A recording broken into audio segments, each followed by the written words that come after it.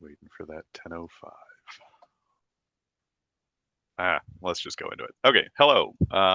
My name's Ian Davis for the moment. I just got my new social security card in the mail following a marriage, so I'll be Ian Carmichael the next time you see me, but I have to get a bunch of paperwork updated.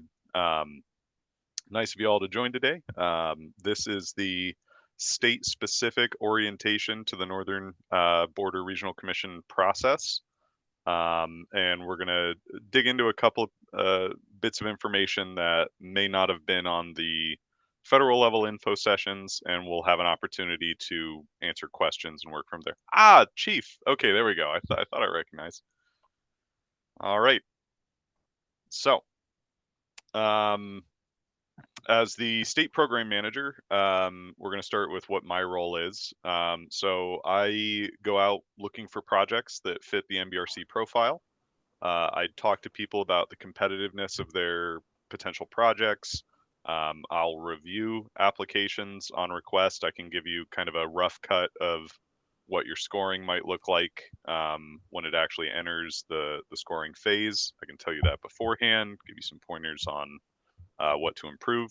That's in parallel with the technical assistance team, who can offer a lot broader range of advice than I can. Ultimately, I do score projects, and then I present those to the governor or the governor's alternate, who actually do the final vote. In terms of BEA, that's Business and Economic Affairs. Some folks know us, some folks don't. We are often the first point of connection for people seeking different kinds of funding. We'll help sort projects towards eligible funding sources, which may include NBRC. Maybe somebody comes in and we hear what they're proposing, and we say, actually, you should go check out I don't know, Invest NH or something like that. We facilitate the application process. That's through primarily our technical assistance. We host the technical assistance program. That's through a contract with our net development group. And then ultimately, we try to align NBRC projects with state strategy. There's a number of different threads that are moving towards promoting economic development in the state, and we try to get things coordinated and not duplicating efforts and moving the state forward. What are we doing today? I'm going to give you a rough cut of the NBRC, what they are, a timeline and process flow for applying. We'll talk about how we define economic development and projects associated with it. I'll give you an overview of the grant programs and their funding priorities, and then talk a little bit about how a project will be evaluated. And then we'll do a brief run through of best practices. There's going to be a list, a couple of checklists of information. You'll receive this PowerPoint at the end, and it'll have direct links to stuff. So I won't bore you with talking about the 2 CFR 200, but you'll get a link to it so you can go check it out. So for that quick overview, the Northern Border Regional Commission is one of 8 regional commissions in the U.S. They've varied over time depending on funding. It's focused on rural economic development, and the way that they do that is through 3 grant programs. One of those is Catalyst. There's the Forest Economy Program and Timber for Transit. These are all project-based grants. So by that, we mean there's a discrete start, there's a stop, there's expected outputs. And a competitive project is going to line up across the NBRC state and regional strategies. So the regional commissions are a federal state partnership. They're a pseudo federal agency. They're basically a conduit for congressional dollars to get out into the community doing good work.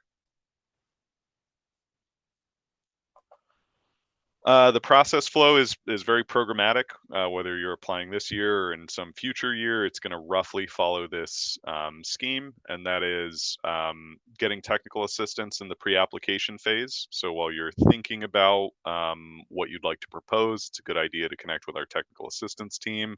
It's a good idea to have conversations with me to really build out the idea. Then there's a pre-application that is submitted. That's done through the grant management system. So you create an account, you log in, you fill out questions and information, you attach documents. The purpose of that pre-app is to just validate eligibility and alignment. You're not going to get a sense of how competitive the project is. It's just so they can validate it, and then you can move on to the full application. The full application, the idea there is it fleshes out details of what you're proposing. So a pre-app budget might say construction. Here's a dollar value for construction. And then the full application will say, and we're breaking that down into, this much for site work, this much for internal furnishings, this much for environmental evaluations, et cetera, right? And so once you go through the full application process, it's scored. That's presented to the governor and governor's alternates. They vote on funding, at which point you'll get a notice either of award or a notice of an unsuccessful application. From that award, you have a year to obtain. You go about getting those funds obligated. So that's kind of your first step, is to officially earmark the dollars as for your project. And then there's a year where you pull documents and documentation together to obtain a notice to proceed. That's the actual big thumbs up, go ahead and start executing project activities. From your notice to proceed, it's a 3-year execution period. So this is where your project match, which has been held in reserve, and we'll talk about match in a little bit, money that is being contributed from the locality to the project, that needs to be held in reserve until you get your notice to proceed, and then match is expended at the same time as project funds. That's an important note. Match is due, so to speak, at the same time as your reimbursement requests. So if you put a bunch of front end match in before obtaining a notice to proceed, it's going to wind up not counting for your project. So kind of a big exclamation point on that one. Then you've got quarterly and annual reporting. That's about the project, how activities are going, and financial reporting. And you're all along the way, you're filing reimbursement requests. And noting again, match is included with each request for reimbursement. The timeline for this year, spring, pre-applications are due on March 7th at 5 p.m. The actual application deadline, which you file a pre-app, you're either invited to file a full application, or you may not be. You may be bounced, and there's a request to adjust some parameters of the project to be invited to apply. But then that application is going to be due April 18th. We expect to have the NBRC meeting in early June, and notices going out by the end of June. Says by June 27th. The timeline's already adjusted once, so kind of it'll be close to this, depending on what happens, since this is a federal grant program. Then if the timeline here is short, and as you can see, it is, we're talking a couple of weeks out. If you would like to apply this year, but spring is too fast, there's a fall pre-application deadline of August 29th. That's the 5 p.m. on that day is your pre-app deadline. And then by invitation, October 10th, 5 p.m. And then the meeting and the awards go out in December. So if spring round is going to be a crunch, I would actually recommend maybe holding off and applying in the fall if that fits your timeline. Just because it's better to put in a complete application that you're confident in once rather than repeatedly reapplying. So where to start? First thing, we'll talk about who are eligible entities, where can work be done, and what sorts of projects are we looking for. You can develop your project concept. That's a good idea to talk to me, talk to our technical assistance team. And if you have any questions about something being feasible or not, you want to direct those straight to the NBRC.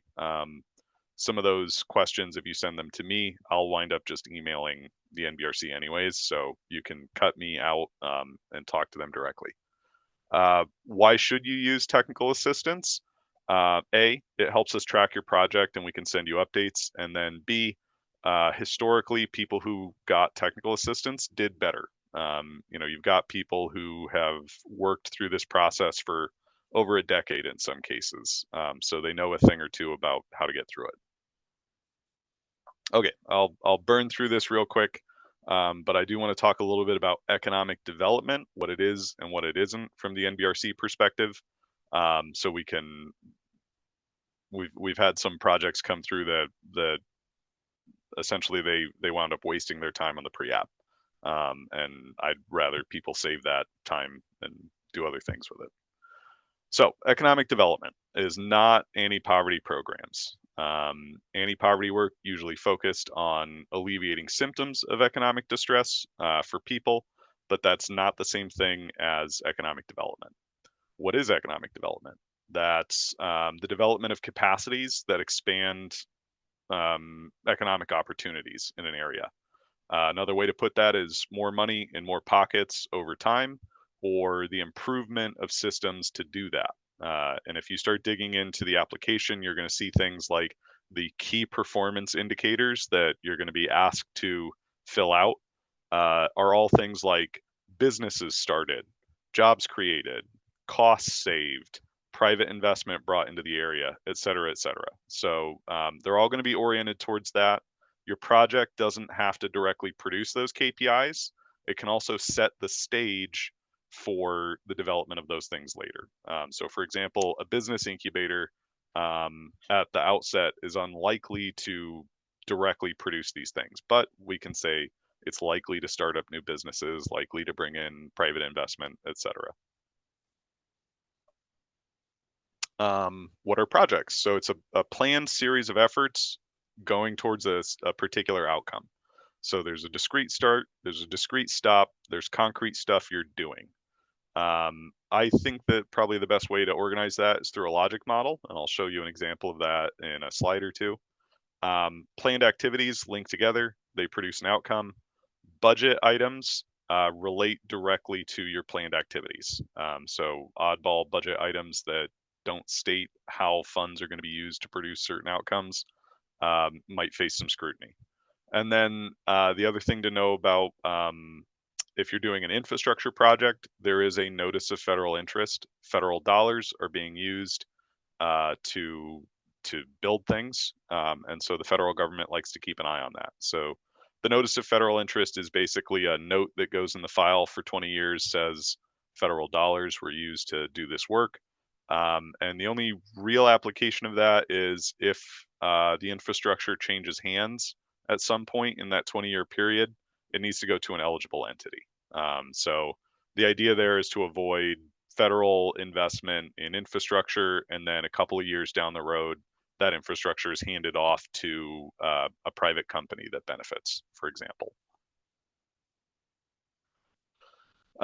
So briefly on a logic model, plan backwards, implement forwards. You're going to look at the initial conditions that you're hoping to change. You're going to go from those inputs, apply activities that produces certain things that have outcomes and impacts that are within the scope of NBRC. Impact is a really hard thing to measure. We're mostly looking at this activities and outputs phase with your planned outcomes. So here's a logic model. We talk about the assumptions. An assumption might be, if we produce more childcare, people will be able to more people will be able to engage with work, right? That's an assumption. It's a fairly well validated assumption.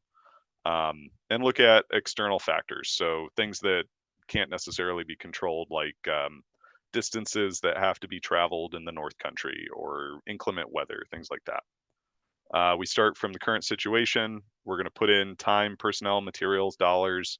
We're going to do some activities that's going to produce outputs. Those outputs are things like participation, real property, materials that are being produced. So, for example, there's a Timber for Transit project that is going to produce a standard set of bridges using cross laminated and glue laminated timber.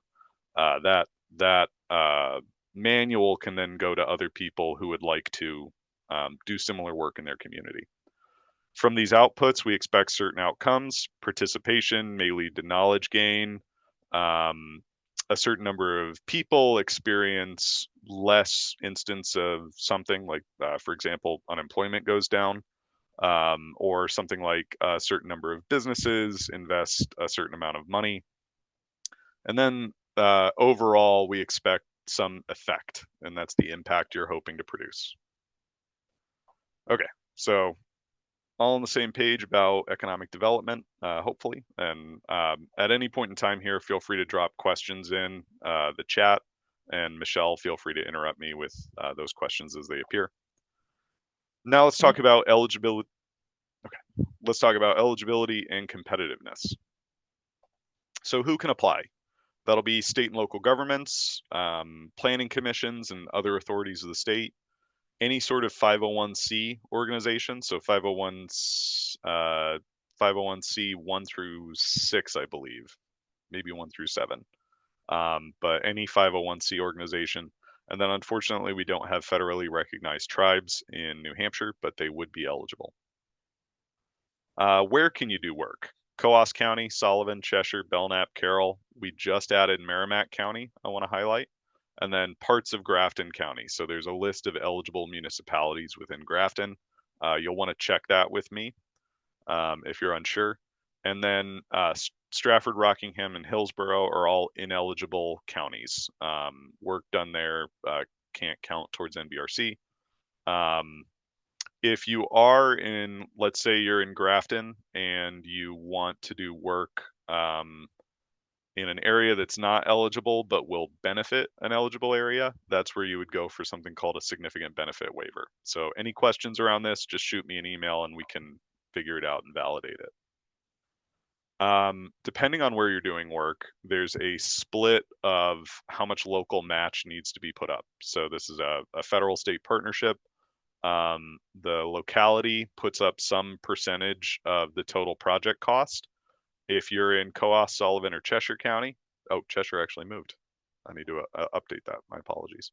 So if you're in Coos or Sullivan, it's 20% of the project cost needs to come from local match. If you're in Cheshire, Merrimack, Belknap, Carroll, or parts of Grafton, it's a 50-50 split.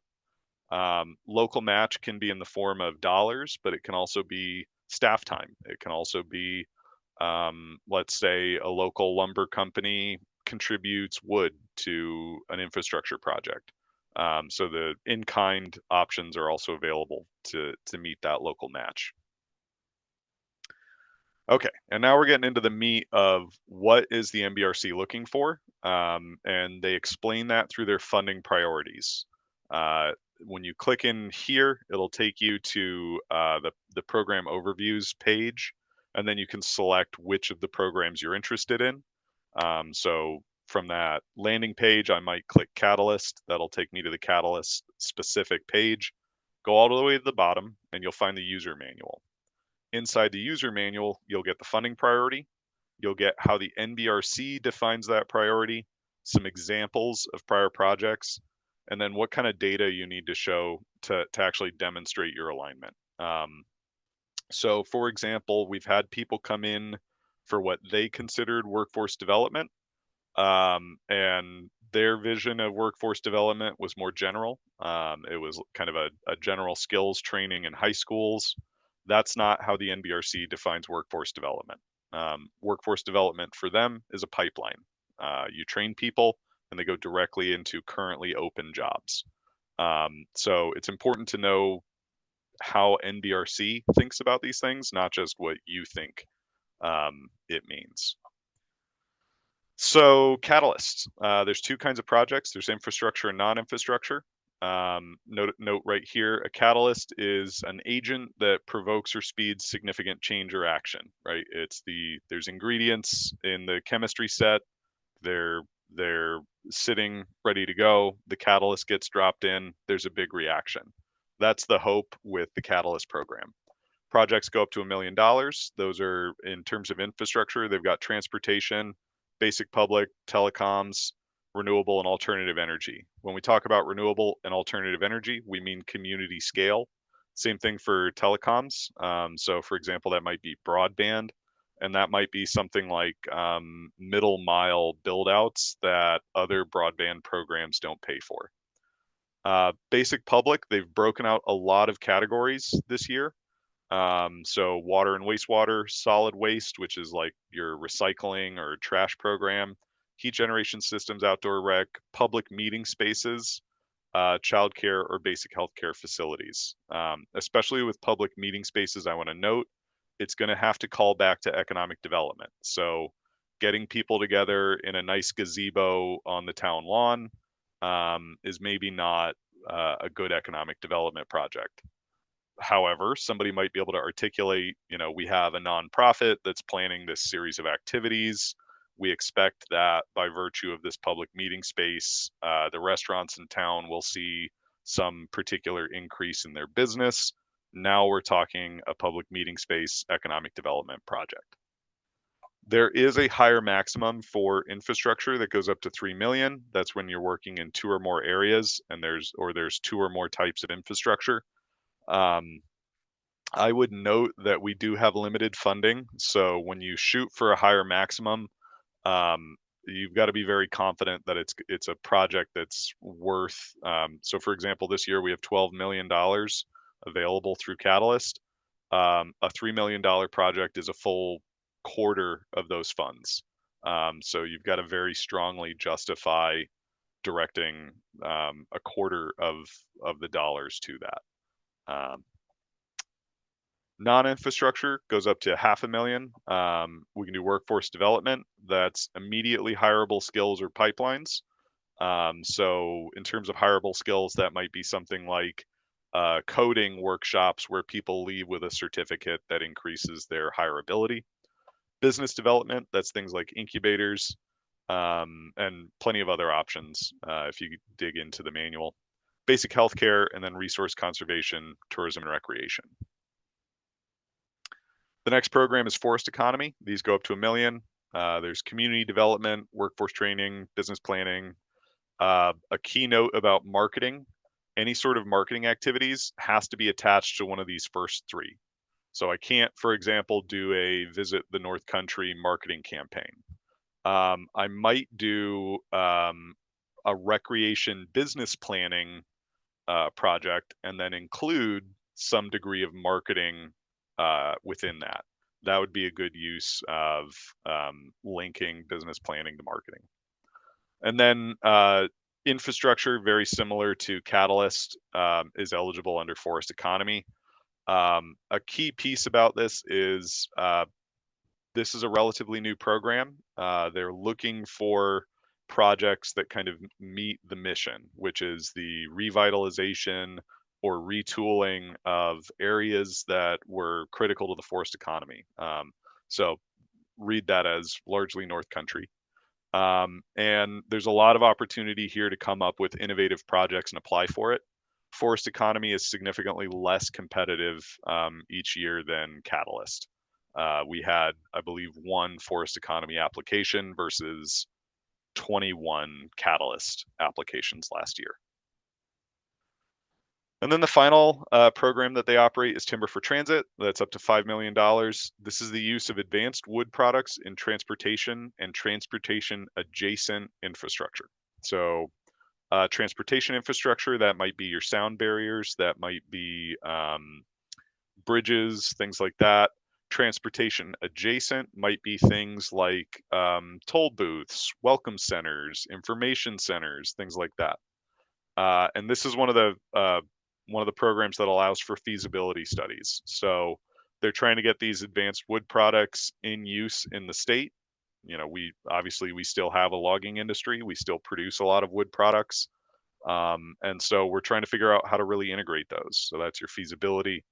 Implementation is actually doing a project, and you can apply for both, where you study something and then with the lessons learned from that study, go ahead and implement. Any questions about those programs before I jump on to the next section? Taking a quick look at the chat. Okay. Silence says I'm free to go forward. Scoring criteria. This is how the projects are actually judged. If you go into the user manuals and you go to the appendix of each of those user manuals, you can actually read how you're going to be scored. And so you can gear your application towards the scoring criteria.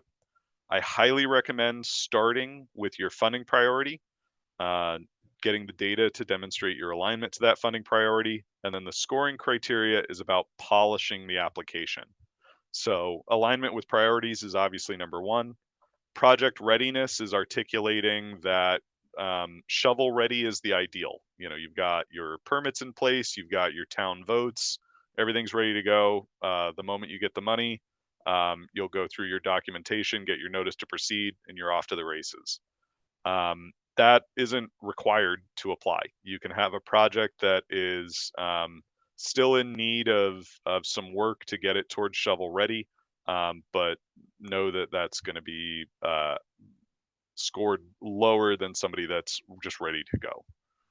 Uh, Articulate your economic development benefits. That's critical. These are economic development programs. So if you aren't putting that bit of information together, then it's hard to demonstrate the alignment with the core mission of NBRC. Um, it's great to show that you're using local and regional resources and assets. That connects often with community buy-in. So saying that, you know, we had a vote about this, that we've got permission or permits to do particular parts of the project, all of that demonstrates community buy-in. So do letters of support. And then ultimately, you are going to need to show that there's a need for this funding. There a couple of projects in the past year wound up scoring low on the funding need category. These were large organizations with big budgets, and it was hard for them to demonstrate that they really needed the funding to do the work that they were trying to do. We are very specifically trying to target smaller municipalities, nonprofits that maybe haven't engaged with this before. Obviously, we're not against large organizations applying as well, but this is an important piece to articulate. Why does the NBRC investment make the difference for getting this project done? All right, so ready is not the same thing as competitive. It's ready when you've got planned activities, definite outputs, your budget's all set up, it fits a funding priority, and you've got data showing that it fits that funding priority. It's really competitive when you're linking together strategies at the state, local, regional levels within the NBRC strategy. And it's competitive when it scores well, obviously. When you can articulate local support and a funding need, that's very strong, that's very competitive. And then ultimately, organizational capacity to implement the project is important. New Hampshire, unfortunately, has the largest number of projects that were awarded and wound up stagnating a little bit. And so we really want to see organizational capacity. If your organization is small, that's where partnerships with larger, more established entities can be beneficial. Or just being able to show, for example, there's a revolving loan fund from this last year where the gentleman leading that project has started multiple revolving loan funds in the past. He's able to show that this is experience that he has. So organizational capacity is an important part to articulate in terms of your competitiveness. I'm going to glaze through these, but I want you to know that these resources are available. So when you go to apply, there's a certain number of forms that are actually within the grant management system. They pop up as kind of like widgets that you'd fill out. And I'm not going to dig too deep into these. Depending on what you're trying to do, um, the overall application for federal assistance is one thing, showing that we are building something or we're not. And if you're a 501c6, you have to disclose any lobbying activities. Um, some of these forms are going to have to be completed outside of the GMS. You can download and Michelle's come on. She's actually the expert on a lot of these things. So correct me if I say anything incorrect. Uh, you're going to need items like you have to talk about who your authorized official is. You have to designate a point of contact. They have a particular budget worksheet. You should use this one. We received a project this past year that used a very simplified version of the SF424. not the 424 CBW, and it wound up hurting their application because there just wasn't enough budget detail to justify the amount of money they were requesting. If you're a nonprofit, you got to show that you're in good standing, show us that you are a nonprofit. If you're applying an indirect cost rate, show why that is. Revolving loan funds require an awful lot of documentation. A lot of that's in the appendix, and a lot of it is actually something you're going to have to reach out to the NBRC to get. And then at the time of application, or actually at the time of pre-app, you're going to need to apply for waivers if you want them. So what are the waivers? 75% expenditure if you've already received NBRC funds and you haven't spent them down below a certain threshold, you're going to need a waiver to apply for more funds. Significant benefit if you're working in an area that's not directly within the NBRC service area, but you expect there to be, quote, significant benefit to an eligible area, then you're going to want a waiver for that. And then the final one is the local development district. So that's a NBRC specific term. Agencies in each county kind of put their hand up each year and say, we are willing to do grant administration for NBRC funds, and that designates them as an LDD. If you are a big organization or you've got plenty of experience with federal grants and don't feel the need to have a grant administrator, you can apply for an LDD waiver, articulate why you don't believe you need that support, and ultimately I approve these waivers. So make the argument to me and we'll move forward from there. Process, ongoing best practices. Please connect with technical assistance. It helps us keep track of everybody. And if you check the reports by ADG, and actually one that Michelle prepared, you'll find that working with technical assistance improves your odds. Talk to the state program manager. I can connect with you, and a phone call can save you a ton of time in applying for something that may not be eligible. It may also my background is development anthropology. I've been a Peace Corps volunteer overseas. I've run nonprofit programs. It's helpful to have another set of eyes, and ultimately, I do score the projects, so I can give you that rough cut of how you might score. When you do letters of support, please don't send us boilerplate. I'm obligated to read those and look for variations. So when I get 20 boilerplate letters that different people signed, that is not as effective as 3 to 5 sincere, unique letters of support. So just for me, this is totally selfish. Please give me good letters to read because I have to read them. So, and then finally, post award, keep people in the loop. That's really the main thing. We've had a number of projects that kind of fell off the radar, and it led to issues for them in terms of reimbursements later, winding up giving the funds back. Almost everything is solvable as long as you communicate. If you do want to deviate from what you said you were going to do, get permission first, and then use appropriate forms and procedures. That's this part. So the NBRC, it's a federal entity. They work through rules and documents. The rules are in the user manuals. There's almost certainly a form for whatever you're trying to do. So try to operate through those first and foremost. Those reinforce process. Process, they have a particular way they like to see things done, a right order. That's where communication helps you stay on track with that. And a key thing I want to emphasize, nobody should be trying to ask for forgiveness later on project changes. That can put you in a spot where you're not able to reimburse people. But that's kind of the main summary. Brief anecdote, I used to do taxes. I ran a free tax preparation site. I once got in a 90-day back and forth with the IRS about my security plan because I said I wanted to use a file sharing service and not a secure file sharing service. That's just federal work, which I'm sure many people on the call are already familiar with, but wanted to share that anecdote. Bit here, you have to select an authorized official. That's the official point of contact. That's who the NBRC will reach out to. please monitor that. We've had folks where there was turnover and an email just wound up not being monitored. You know, if you think there may be a project somewhere with the NBRC, go ahead and email admin, and you can find out if you do have active grants and or active awards, and get back in communication through an authorized official.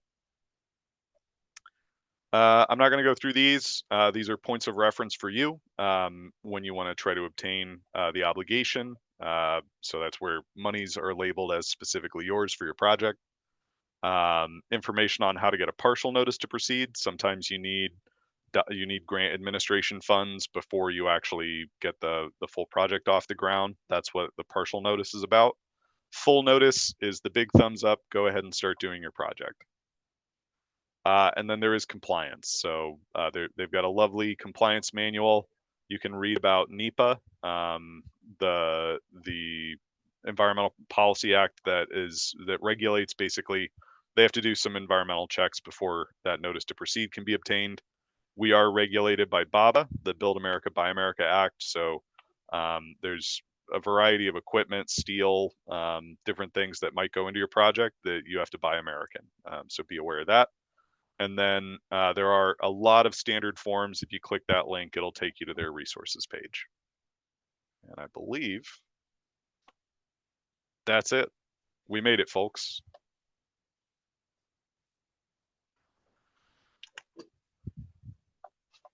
So 41 minutes.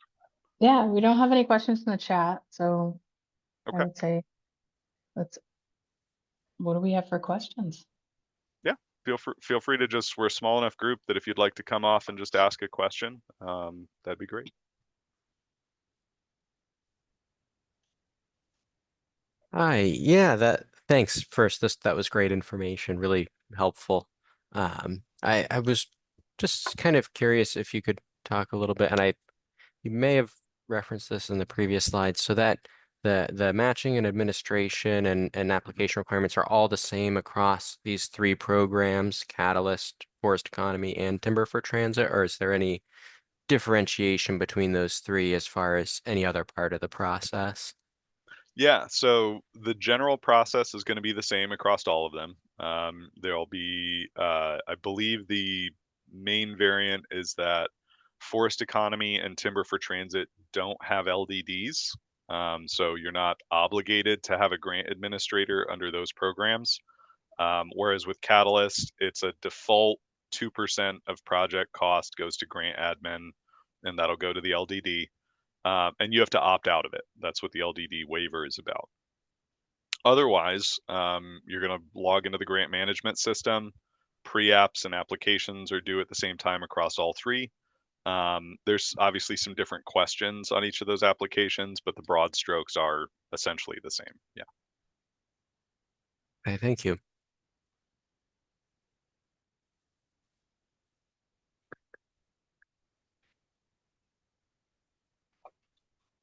Okay. Any other questions? Let's see if we can exit out of that. Okay. So I won't belabor the point. If we can all have a little bit of time back in our day, that'd be great. Definitely connect with me or with technical assistance. We can help polish up we can save you just a lot of time. And if you check out the technical assistance website, you'll see that there is a strong correlation between working with them and actually receiving an award. It's not a requirement, but oddly enough, talking to the folks who have been doing this for a while tends to improve your application. And other than that, we'll get the recording of this up online. We'll get the PDF of the PowerPoint to you as well.